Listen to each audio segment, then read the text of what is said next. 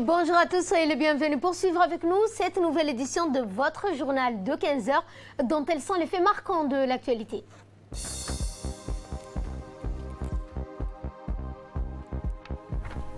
Lancement de la deuxième exposition vente des produits artisanaux des coopératives féminines sous l'auspice du ministère de la Femme et de la Famille. Les Catalans se rendent aux urnes en pleine pandémie du Covid-19. Mais avant de développer ces titres, cette déclaration du secrétaire général du parti FRUD, le parti a désigné le chef de l'État Ismaël Omar Guelleh comme son candidat prochain au scrutin présidentiel. Un choix fait à l'unanimité, un choix accueilli par les militants avec une vague d'applaudissements. Nous l'écoutons. Pour clôturer donc cette cérémonie, le bureau politique du parti FRUD propose comme résolution numéro 1 qu'il y ait le congrès du parti d'ici 3 mois. Le bureau politique du FRUD propose comme résolution numéro 2 la validation de l'investiture du candidat Ismaël Omar comme candidat du FRUD et de l'UMP. Le bureau politique propose d'approuver par acclamation cette résolution. Merci de votre aimable attention. Et concernant cette déclaration, nous avons avec nous M. Ibrahim Hamadou Hassan. Bonjour monsieur. Bonjour. Je rappelle que vous êtes secrétaire national chargé de la communication du parti FRUD. Ma question serait de vous demander quels sont les tenants et aboutissants de cette journée d'hier qui a porté sur la convention de ce parti. Oui, comme traditionnellement, le FRUD a l'habitude d'organiser des conventions en dehors du Congrès et du Conseil national pour étudier un certain nombre de questions importantes. Cette convention nationale, elle s'inscrivait dans une optique avant tout de redynamisation du parti, de relance des activités et en même temps examiner un certain nombre de points importants qui étaient les grandes lignes politiques, le règlement intérieur, les statuts pour moderniser tous ces statuts et puis bien sûr le dernier, mais ce n'est pas le last on notre des listes. Le point important, c'était que le parti devait se prononcer sur la candidature aux élections présidentielles d'avril 2021. Tels sont les points. Donc, comme d'habitude, ça a été une journée très grandiose où nous avons accueilli des invités d'honneur, les dirigeants des partis amis, la première dame, et tous les militants, tous les membres se sont investis pour que cette convention soit une réussite et un succès. Il y a eu des commissions qui ont travaillé pendant plusieurs mois sous le leadership du comité exécutif.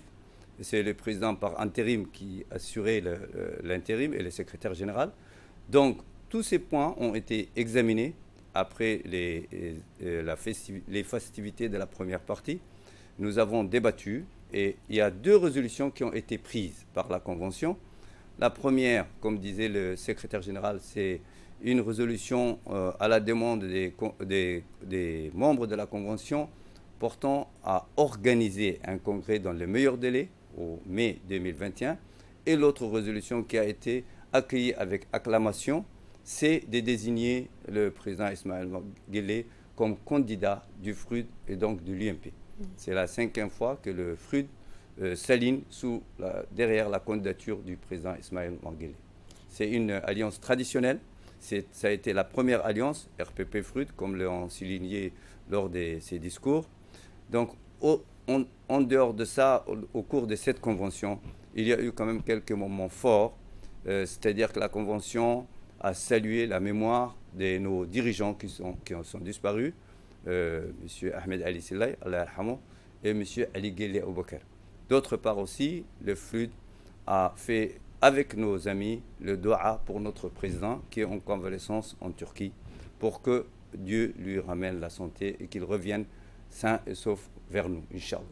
Merci beaucoup d'avoir répondu à nos questions. Je rappelle que vous êtes le secrétaire national chargé de la communication de FRUD. Merci. C'est moi qui vous remercie. D'accord. Et dans le reste de l'actualité, la deuxième exposition vente des produits artisanaux des coopératives féminines a été lancée le 11 février à l'Institut français de Djibouti.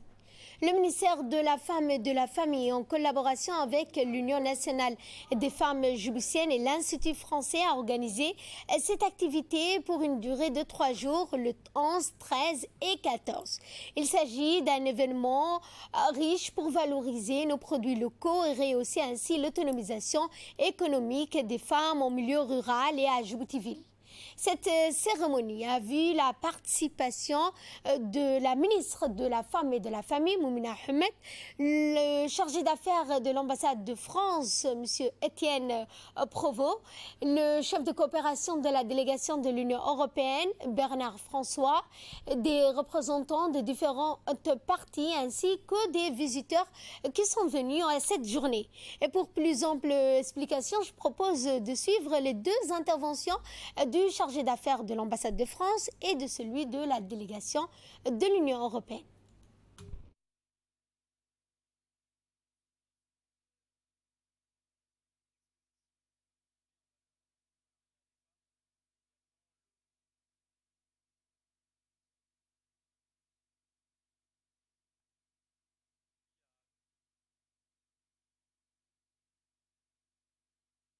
Dans l'actualité également, le président de la Commission nationale des droits de l'homme, Céléban Omar Oudine, a ouvert un atelier de formation sur les droits de l'homme samedi 13 février au Sheraton Hotel. Cet atelier est animé par 2 experts du Bureau régional du Haut Commissariat des droits de l'homme, Mme Florina Frey et de Bakary Chafi, a réuni de nombreux participants de la région de l'intérieur, dont les chefs d'antenne de la commission, des représentants des conseils régionaux, des préfectures, des organisations de la société civile. Les thèmes variés portant sur les principes et valeurs fondamentaux de droits de l'homme ainsi que la gestion de mécanismes de plainte.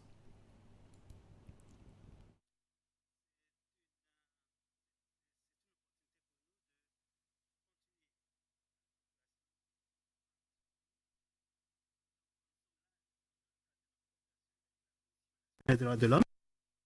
Pour donner une petite formation, je dis petite formation parce que les modules qu'on va dispenser aujourd'hui et demain, chacun de ces modules peut faire l'objet de toute une formation à part entière, si on veut, disons, faire la formation des formateurs. Donc c'est juste un début pour les introduire à certaines notions. Le président de la Commission nationale des droits de l'homme, Céléban Omar Oudine, s'est également exprimé suivant un extrait de son intervention. Comme vous le savez, la Commission nationale des droits de l'homme a fait, elle aussi, en partenariat, et je remercie vivement ici d'ailleurs, en partenariat avec GIZBMM, ouvert des antennes au niveau des régions. Dans chaque région et dans chaque chef-lieu des régions, nous avons ouvert une antenne. Cela, il a fallu beaucoup d'efforts parce que malgré nos moyens financiers limités, nous avons tenu à recruter 5 jeunes qui sont issus des régions, ce n'est pas des jeunes qu'on a envoyés de Djibouti, en partenariat avec les conseils régionaux et les préfectures. Nous avons sélectionné sur dossier ces jeunes qui sont, depuis le mois de juillet, payés sur la subvention de la Commission. Nous n'avons pas d'apport extérieur. C'est pour vous dire l'effort que la Commission nationale a consenti dans cet exercice. Des moyens financiers qui pourraient nous servir à autre chose, nous avons tenu à mettre sur ces antennes et ouvrir ces antennes et consentir au recrutement de ces jeunes. Et nous allons à Obok, une équipe du comité d'organisation de la foire et du forum pour l'emploi, conduite par le secrétaire général du ministère du Travail, chargé de la réforme de l'administration, sont depuis lundi 8 février à Obok pour organiser un atelier de réflexion sur les voies et moyens de développer les opportunités de création d'emplois décents dans la région. Cette activité s'inscrit dans le cadre des consultations engagées par le ministère du Travail en partenariat avec les partenaires sociaux, les collectivités locales et les institutions publiques pour accompagner les initiatives pour l'emploi et pour préparer le Forum national pour l'emploi prévu du 18 au 20 février prochain à Djibouti-Ville et plus précisément au Palais du Peuple. La séance de travail a été lancée par les autorités locales, le préfet de la région, le président du conseil régional, les députés, les secrétaires généraux, secrétaire général du ministère du Travail et autres. L'auditoire était composé des élus locaux, des représentants des associations, des entrepreneurs de la région, des responsables coutumiers et des représentants des personnes handicapées. Eh bien, les débats ont été également fructueux et forts qui ont formulé, eh bien, les Obokois ont formulé des recommandations pour le ministère du Travail.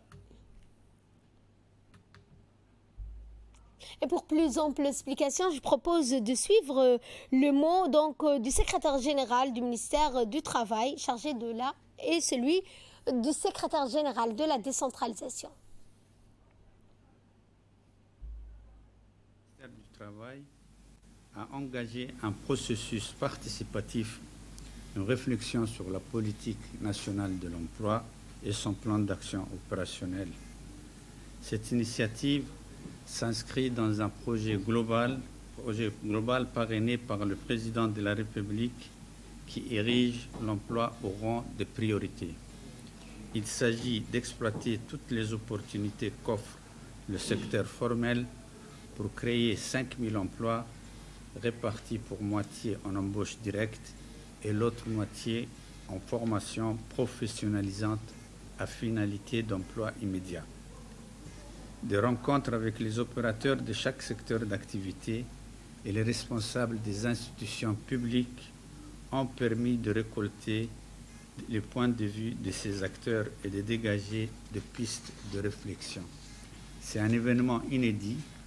Pour la première fois, tous les intervenants du marché du travail, opérateurs économiques, agences d'animation et d'intermédiation seront réunis sous le même toit pour interagir, dialoguer et faciliter l'accès à l'emploi de nos jeunes à un travail décent. Des ateliers préliminaires sont prévus pour créer un cadre d'échange et de concertation sur les thématiques identifiées qui feront l'objet des débats au forum. C'est dans ce cadre que nous sommes présents aujourd'hui dans la région d'Obok pour faire participer dans les débats les collectivités locales et les forces vives qui ne sont pas épargnées par le chômage et le sous-emploi. Nous avons voulu donner la parole à la région d'Obok pour vous écouter et dégager ensemble une vision commune sur les potentialités de création d'opportunités d'emploi dans votre région. En accompagnant le ministère du Travail, cette initiative, le CED est dans son rôle de coordinateur des activités dans les régions, mais pas seulement, parce que nous partageons avec le ministère du Travail le même souci, c'est-à-dire la lutte contre la pauvreté. La création d'emplois, qu'est-ce que c'est si ce n'est que la lutte contre la pauvreté? Il ne s'agit pas ce n'est pas dans un esprit bureaucratique qu'on sillonne les régions, mais c'est dans une approche participative, c'est-à-dire qui consiste à impliquer la population dans les projets qui sont destinés à les servir. C'est pourquoi, dans ce cas de figure, il est important de recueillir les avis de la population pour que ce projet puisse prendre corps et avoir vraiment le sens qu'il mérite. Les échanges, le débat sera fructueux et que vont donner émergence aux propositions qui seront utiles pour le forum qui sera organisé au niveau national. Et nous allons à Tadjoura pour parler de cet atelier portant sur les données socio-comportementales sur l'handicap. Organisé par l'ANPH en collaboration avec l'UNICEF, eh bien cet atelier s'est tenu mercredi à Tadjoura dans le cadre du projet conjoint Faire progresser les droits des personnes à besoins spécifiques à Djibouti. Financé par l'UNFPD, donc un partenaire entre les agences des Nations Unies et l'Agence nationale des personnes handicapées, signé en 2018 pour faire avancer les droits des personnes à besoins spécifiques. Ce partenariat entre l'ANPH et l'agence onusienne s'engage à transformer la vie des personnes handicapées en veillant à ce qu'ils aient accès à des opportunités et puissent réaliser leur potentiel. Objectif de cette enquête est de comprendre le problème rencontré par les personnes handicapées ainsi que leurs familles, les familles des personnes qui ont surtout des enfants à besoins spéciaux. L'inspection générale du MENFOP, dans le cadre des missions de contrôle et de suivi, eh bien, les audits pédagogiques dans les établissements d'enseignement moyen et secondaire des régions sud, et ce durant une semaine, bien une délégation présidée par l'inspectrice générale de l'enseignement général et composée de l'ensemble d'inspecteurs de cet ordre d'enseignement ont été reçus dans chacune des régions par les autorités locales qui n'ont pas manqué de saluer là aussi les réalisations du MENFOP et l'engagement du ministre de l'Éducation. Ces audits donc pédagogiques durant lesquels des contrôles de conformité, des inspections d'enseignement, des entretiens, des réunions avec l'ensemble des équipes pédagogiques sont réalisés et permettent d'une part d'établir un état de lieu assez précis et fournir de chaque établissement scolaire et de l'autre de cerner les paramètres didactiques et pédagogiques de l'ensemble des disciplines enseignées. Il est à souligner que l'inspection générale transmet un rapport au ministre de l'Éducation nationale dont la finalité, le renforcement des apprentissages, une optimisation du suivi d'encadrement des enseignants, le renforcement du leadership pédagogique des chefs d'établissement, ainsi qu'un accompagnement spécifique de chaque établissement scolaire répondant à ses besoins.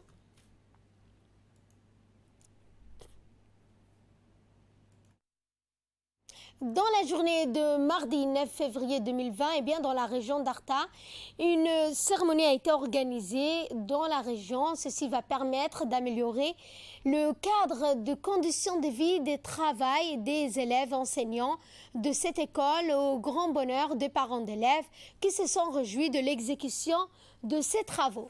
Eh bien, cette cérémonie d'inauguration des travaux de réhabilitation de l'école primaire de PK50 par les forces, le FFDJ, eh bien, le général de brigade s'est félicité de la qualité des travaux réalisés par un entrepreneur local pour la construction, la réhabilitation de la toiture des plafonds ainsi que les travaux de peinture et a souligné que ce type d'activité s'inscrit dans le cadre de partenariat de la FFDJ avec la préfecture. De son côté, le président du conseil régional d'Arta, El Mibouh, a précisé que ces travaux de réhabilitation et d'installation de cette bibliothèque vont permettre aux élèves de pouvoir améliorer leurs connaissances dans un cadre agréable pour leur apprentissage. La bonne relation qui existe entre la préfecture de la région d'Arta et le commandement des FFDJ, qui est un partenaire incontournable, en témoigne par le passé. Les projets sociaux, éducatifs, comme la réhabilitation de l'école primaire d'Arta, l'installation d'une bibliothèque à l'école Omar Jaga, ainsi que des constructions de citernes enterrées au profit de la population rurale. Les écoles, c'est quand même l'avenir de nos pays, à chaque fois. Voilà. Donc par ce projet, on concrétise une fois de plus notre volonté d'œuvrer au profit de la jeunesse, je viens de le dire, et son épanouissement. Évidemment, moi, en tant que Comfort, et je mesure bien l'honneur qui m'est fait de venir ici pour en fait permettre à ces élèves de travailler et d'étudier surtout dans des conditions meilleures. Donc ils n'auront aucune excuse pour ne plus travailler maintenant. Et en effet, il faut que les notables, comme vous l'avez dit, s'occupent maintenant de l'école pour que les travaux qui ont été effectués. Nous avons également recueilli pour vous ces impressions du président du Conseil régional. Dans le cadre des actions civilo-militaires des forces françaises stationnées à Djibouti, nous voici aujourd'hui à l'école de Guedraouen. Nous avons eu l'occasion de visiter la réhabilitation de la toiture de l'école, le réaménagement de la canalisation de l'école par le citerne, la laiterie et tout ce qui s'ensuit. Et nous en réjouissons, nous remercions encore une fois nos amis des forces françaises à Djibouti. Cette cérémonie a été exécutée par les forces françaises stationnées à Djibouti. Il s'agit bien sûr d'une activité civilo-militaire qui est faite à l'endroit et pour la population et les élèves qui vont essayer d'étudier dans l'école primaire de PK50. Il s'agissait des travaux de réhabilitation concernant exactement la peinture, la réhabilitation et la rénovation de la toiture et du plafond, ainsi que l'installation et l'équipement en donnant un don des matériels scolaires et des livres à la bibliothèque de l'école primaire des PK50.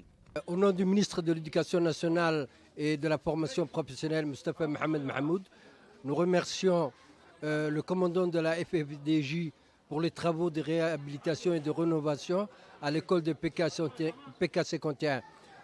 Cette rénovation et réhabilitation de l'école fait suite à la tournée du ministre dans la région d'Arta où les parents avaient demandé la réhabilitation de cette école.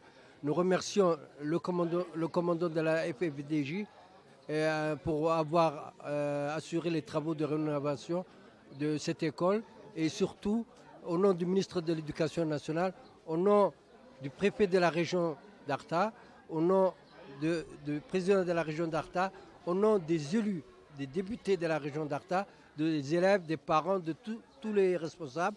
Nous remercions le général pour avoir fait ces travaux dans cette école et on vous remercie encore. Merci à vous. Et de là, nous passons à ce qui domine l'actualité régionale et internationale. Pour commencer, nous allons parler d'Ebola. 2 cas possibles d'Ebola en Guinée-Conakry, selon l'OMS, provoquant une fièvre brutale, des maux de tête, des vomissements, de diarrhée. Le virus d'Ebola a été identifié pour la première fois en 1976 au Zaïre, l'actuelle République démocratique du Congo. Depuis, ce virus, pour lequel existent 2 vaccins expérimentaux, mais aussi traitement curatif, a semé plusieurs fois la terreur en Afrique. Je vous le disais dans les titres, les Catalans se rendent aux urnes en pleine pandémie de Covid-19. Lors des élections régionales de dimanche, le Parti socialiste de Pedro Sánchez a pour objectif de dévancer les 2 principales forces indépendantistes qui gouvernent la Catalogne et les chasser du pouvoir au moins 4 ans après une tentative avortée de sécession qui a laissé des traces douloureuses dans la région. Lors d'un meeting de soutien à son candidat, Salvador Illa, ancien ministre de la Santé, le chef du gouvernement a appelé vendredi les Catalans à voter en masse pour décider de leur avenir. Pedro Sánchez avait fait spécialement le déplacement à Barcelone. Pour l'occasion, le parti indépendantiste sont eux aussi regroupés pour créer un front commun afin de tenter d'obtenir une majorité leur permettant de former un gouvernement. Et c'est sur ce point que ce journal touche à sa fin. Merci de votre fidélité. Excellent après-midi à toutes et à tous.